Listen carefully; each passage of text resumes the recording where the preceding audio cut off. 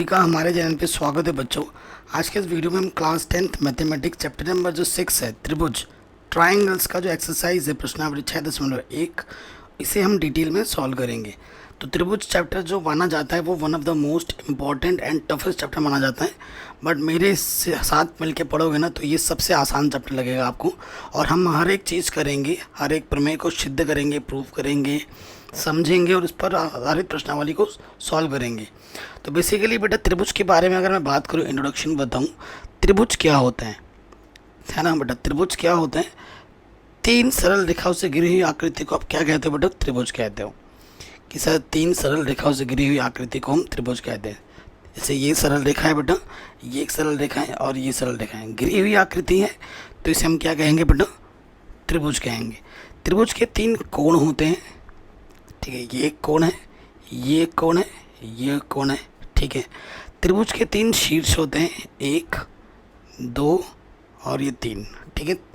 तीन कोण होते हैं, तीन शीर्ष होते हैं, ये सब पता है।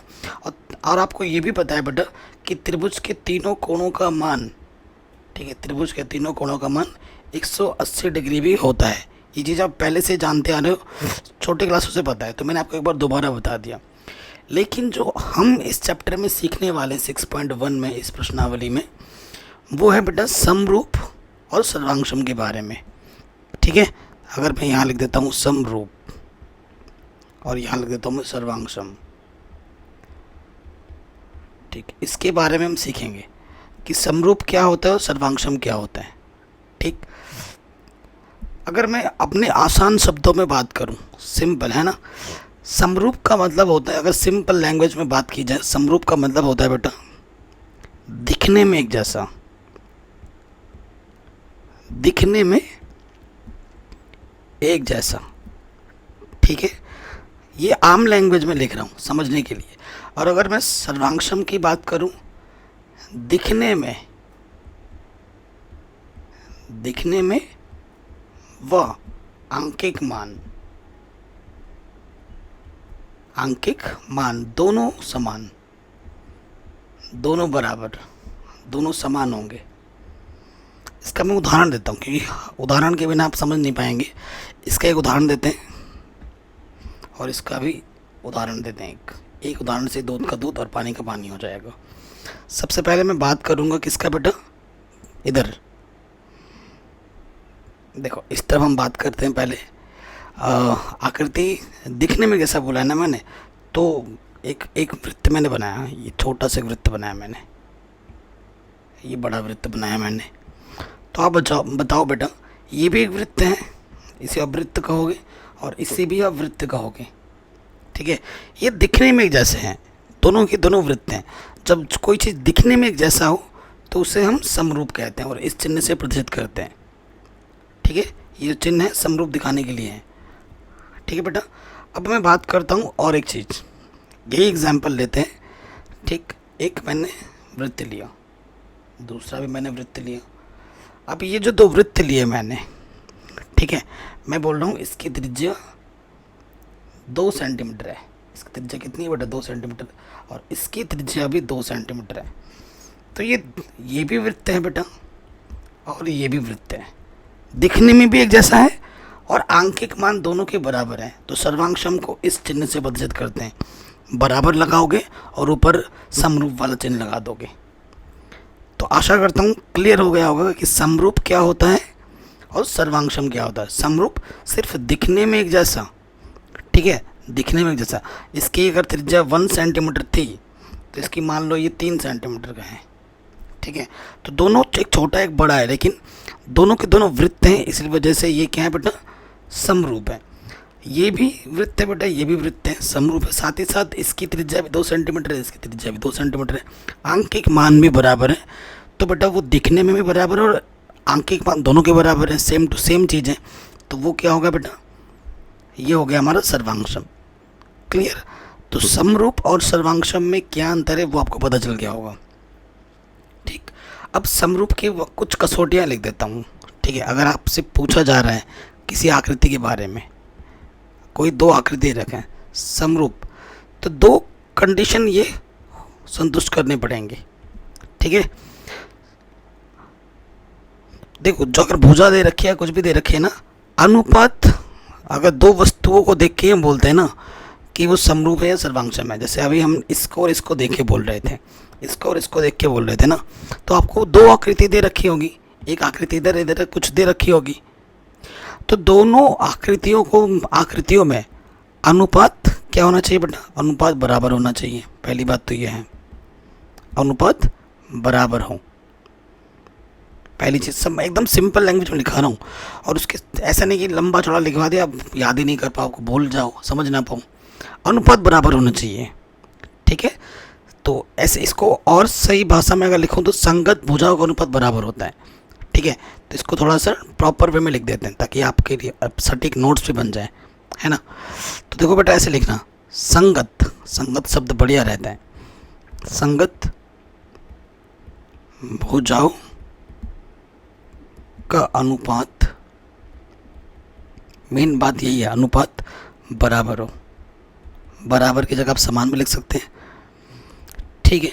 अनुपात बराबर हो, उसी के साथ साथ बेटा संगत कोण, अभी प्रश्नावली करेंगे तो और चीज आएगी, संगत कोण भी बराबर हो। ये दो चीज होनी चाहिए। किसी किसी क्वेश्चन में बेटा सिर्फ भुजाओं की बात होगी, किसी किसी में सिर्फ कोण की बात होगी, और कोई कोई क्वेश्चन होगा जिसमें दोनों चीज़ दे रखी होगी। अगर सिर्फ भुजा की बात हो रही है क्वेश्चन में, वो तो चित्र क्वेश्चन देख के बता रखता है चित्र से, तो अनुपात का बराबर होना ज़रूरी है। अगर ऐसा क्वेश्चन आ गया जिसमें सिर्फ कोण दे रखा तो संगत कोण बराबर होने चाहिए, ठीक है। अगर दोनों चीज़ हैं तो संगत भुजा के साथ साथ संगत कोण भी बराबर होने चाहिए, तभी जाके वो समरूप होगा, अन्यथा नहीं, ठीक है बेटा। अब प्रश्नावली पे आते हैं, बहुत चीज़ें आपको समझ में आ गई। आप देख सकते हो बेटा ये आकृति और ये आकृति क्या है? समरूप है। ये और ये समरूप है, ये और ये समरूप है, ठीक है बेटा। तो समरूप आकृतियाँ दिखने में जैसी होती हैं। अब बहुत ही आसान प्रश्नावली है बेटा, और बहुत छोटी सी प्रश्नावली है ना, लंबा चौड़ा कुछ भी नहीं है, बहुत छोटा सा प्रश्न है। सो पहले वाले प्रश्न पे जाते हैं। कह रहे कोष्ठकों में दिए गए शब्दों में से सही शब्दों का प्रयोग करते हुए रिक्त स्थानों को भरिए। आपको ये जो रिक्त स्थान दे रखे ना, इनको भरना है, और कोष्ठक में आंसर दे रखे हैं, इनमें से कोई एक आंसर सही है, ठीक। कह रहे हैं सभी वृत्त डैश होते हैं। देखो सभी वृत्त में छोटा बड़ा सब आ गया, ठीक है। मैं आपको एग्जाम्पल देता हूँ। मैंने एक वृत्त बनाई, ये एक वृत्त बनाया और ये एक वृत्त बनाया, सभी वृत्त उसमें छोटा बड़ा कुछ भी हो सकते हैं। तो ये दोनों वृत्त आपस में क्या है बेटा? समरूप है ना। ये आपस में क्या है बेटा? समरूप है। तो आंसर कौन सा करेक्ट हो जाएगा? समरूप। समरूप पे क्लिक करोगे, बोल रहा हूँ, टिक करोगे, है ना, और यहाँ लिख दोगे समरूप। कोई दिक्कत, कोई परेशानी नहीं है। इसी तरीके से नेक्स्ट क्वेश्चन क्या बोल रहा है बेटा? सभी वर्ग होते हैं बेटा, जैसे वृत्त की बात हो रही थी वैसे ही हमारा वर्ग की बात होगी, ठीक है। तो मैं एक वर्ग बना के दिखाता हूँ आपको। सभी वर्ग, एक सभी वर्ग क्या होते हैं बेटा? वर्ग क्या होता है? जिसकी चारों भुजाएं समान होती हैं और चारों कोण 90 अंश के होते हैं, ठीक है। तो सभी वर्ग क्या होंगे बेटा? समरूप होंगे। सभी वर्ग क्या होंगे बेटा? समरूप। अरे यार सर्वांगसम, यह समरूप होंगे। तो जल्दबाजी नहीं करनी है, आराम से देख कर टिक लगाना है और फिर आंसर लिखना है, ठीक है बेटा। कोई दिक्कत तो नहीं है। तो ये क्वेश्चन भी आपका आराम से बन गया। नेक्स्ट आपसे बोल रहा है बच्चों, सभी डैश त्रिभुज समरूप होते हैं। सभी डैश त्रिभुज समरूप होते हैं। सो देखो बेटा, अगर मैं बात करूं, त्रिभुज कई प्रकार के मिलेंगे तुम्हें, ठीक है, कई प्रकार के मिलेंगे त्रिभुज। लेकिन जो समबाहु त्रिभुज होता है, एक त्रिभुज ये बनाया और ये त्रिभुज बनाया। अब मैं अपनी बात रखूँगा। देखो माना ये समबाहु त्रिभुज है, इसकी भुजा 2 सेंटीमीटर है, ये भी 2 है और ये भी 2 है, ठीक है। सेंटीमीटर लिख देना। और ये है बेटा 6 सेंटीमीटर, 6 सेंटीमीटर, 6 सेंटीमीटर, ठीक है। क्योंकि ये समबाहु त्रिभुज है, इधर भी 60 होगा, ये कोण भी 60 होगा। समबाहु त्रिभुज में प्रत्येक कोण कितने का होता है बेटा? 60 डिग्री का होता है। अगर इसका मान नाम दे दो ABC, इसका नाम दे दो PQR, ठीक है। तो आपको पता है, देखो भुजा का अनुपात, इसकी भुजा 2 है, अनुपात का मतलब बट्टा है, और इसकी भुजा कितनी है? 6। 2 1 कम 2, 2 3 6। देखो इसकी भुजा कितनी है? 2, इसकी भुजा कितनी है 6, 2 1 कम 2, 2 3 6। इसकी कितनी है 2 अनुपात, इसकी कितनी है 6, 2 1 कम 2, 2 3 6। तो संगत भुजाओं का अनुपात बराबर होना चाहिए, तीनों है बराबर, तीनों संगत भुजा का अनुपात बराबर है। जो पहली प्रॉपर्टी थी बेटा हमने लिखवाया था मैंने आपको, संगत भुजा का अनुपात बराबर हो, हाँ बोल रहे हैं। और फिर क्या बोला था, संगत कोण बराबर हो, ये 60 है ये भी 60 है, ये 60 है ये भी 60 है, ये 60 है ये भी 60 है। तो संगत भुजाओं का अनुपात बराबर है और संगत कोण भी बराबर है। जब ऐसी स्थिति आती है तो बेटा क्या होता है, तभी वो समरूप होगा। तो यानी कि इन दोनों में से बेटा कौन सा सही होगा आंसर, समबाहु। तो यहाँ लिख देंगे समबाहु त्रिभुज, सभी समबाहु त्रिभुज समरूप होते हैं। कोई दिक्कत नहीं है, कोई परेशानी नहीं है। अगला क्वेश्चन क्या बोल रहे हैं, भुजाओं की समान संख्या वाले दो बहुभुज समरूप होते हैं यदि उनके संगत कोण क्या होना चाहिए बेटा, बराबर होना चाहिए। तो बराबर पहले आएगा, ठीक है, संगत कोण बराबर हो तथा उनकी संगत भुजाएं समानुपाती हो, यहाँ समानुपाती आएगा। भुजाओं का अनुपात समान हो, इसका मतलब होता है समानुपाती, बराबर, समान, ठीक है। तो ये वर्ड आ जाएगा। तो ऐसे क्वेश्चन एग्जाम में आ सकते हैं 1 नंबर में।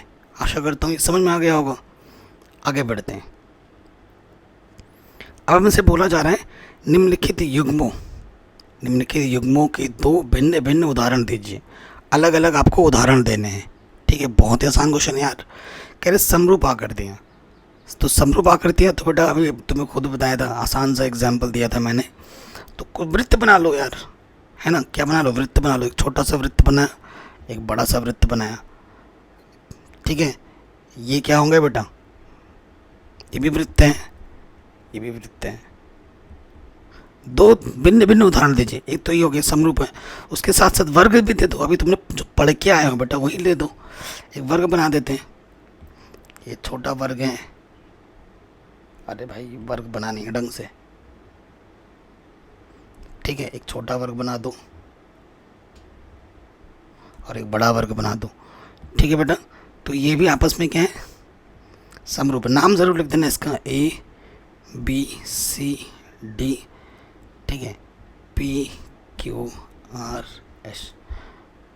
क्लियर, ये चीज़ हो गई। अब फिर क्या बोला है नेक्स्ट कोल्ड वर्ड, ऐसी आकृतियाँ जो समरूप नहीं है। सो देखो बेटा समरूप नहीं है क्या, इधर मैंने क्या बना दिया, इधर मैंने एक बना दिया वृत्त, ठीक है बेटा। इधर मैंने एक वृत्त बना दिया और इधर मैंने एक त्रिभुज बना दिया।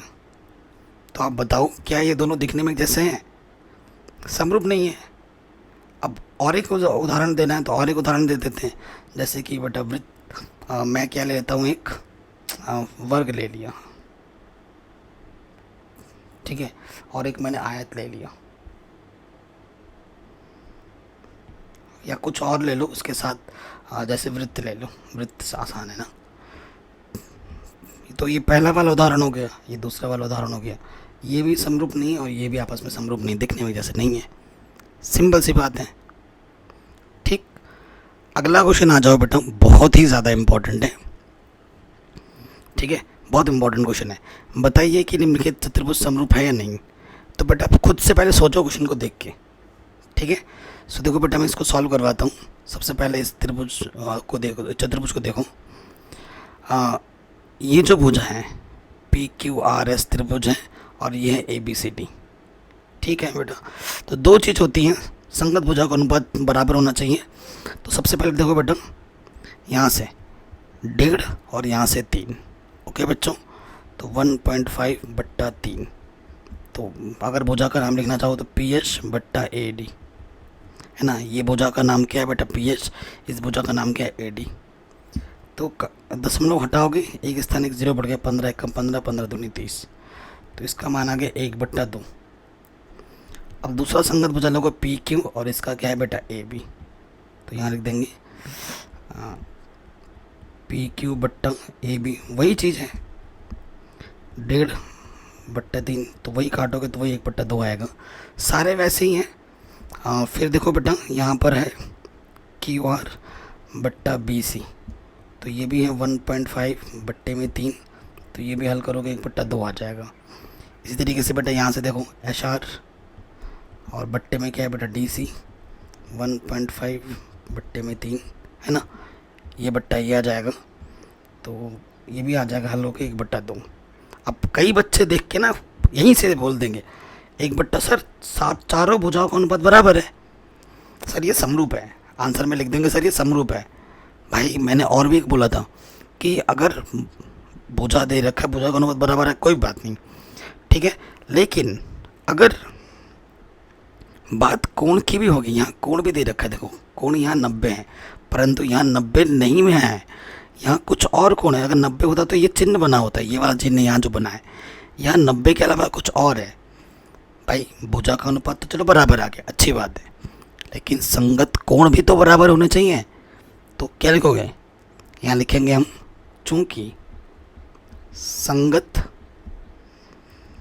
भुजाओं का अनुपात, संगत भुजाओं का अनुपात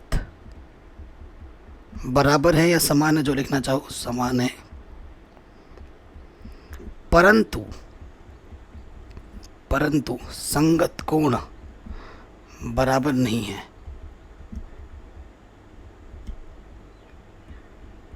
ठीक है, जैसे कि कोण P का मान कोण A के बराबर नहीं है, ETC करके लिख देना, ठीक है, अर्थात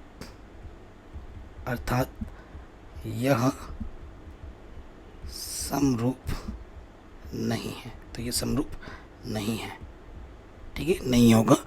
समरूप होने के लिए दो चीज़ चाहिए होती है, संगत भुजा का अनुपात बराबर चाहिए जो कि था, लेकिन संगत कोण भी, जब कोण दे रखा तो कोण भी हमें चेक करना पड़ेगा, संगत कोण बराबर नहीं है, तो बेटा ये क्या नहीं होगा, समरूप नहीं होगा। इतना आसान प्रश्नावली था जो कि हमने देखते देखते कर लिया। प्रश्नावली 6.2 बहुत ज़्यादा इंपॉर्टेंट है, क्वेश्चन उसमें से आते ही आते हैं। प्रमेय 6.1 और प्रमेय 6.2 भी बहुत इंपॉर्टेंट है, इसकी मदद से तो क्वेश्चन होने ही होने हैं। साथ में बेटा एक चीज़ ये है ना, प्रमेय 6.1 और 6.2 का प्रूफ भी एग्जाम में आ जाते हैं, तो इस दृष्टि से बहुत ही ज़्यादा इंपॉर्टेंट है। बाकी सभी चैप्टर्स मैंने करा रखे हैं, लिंक्स मिल जाएगी आपको डिस्क्रिप्शन में।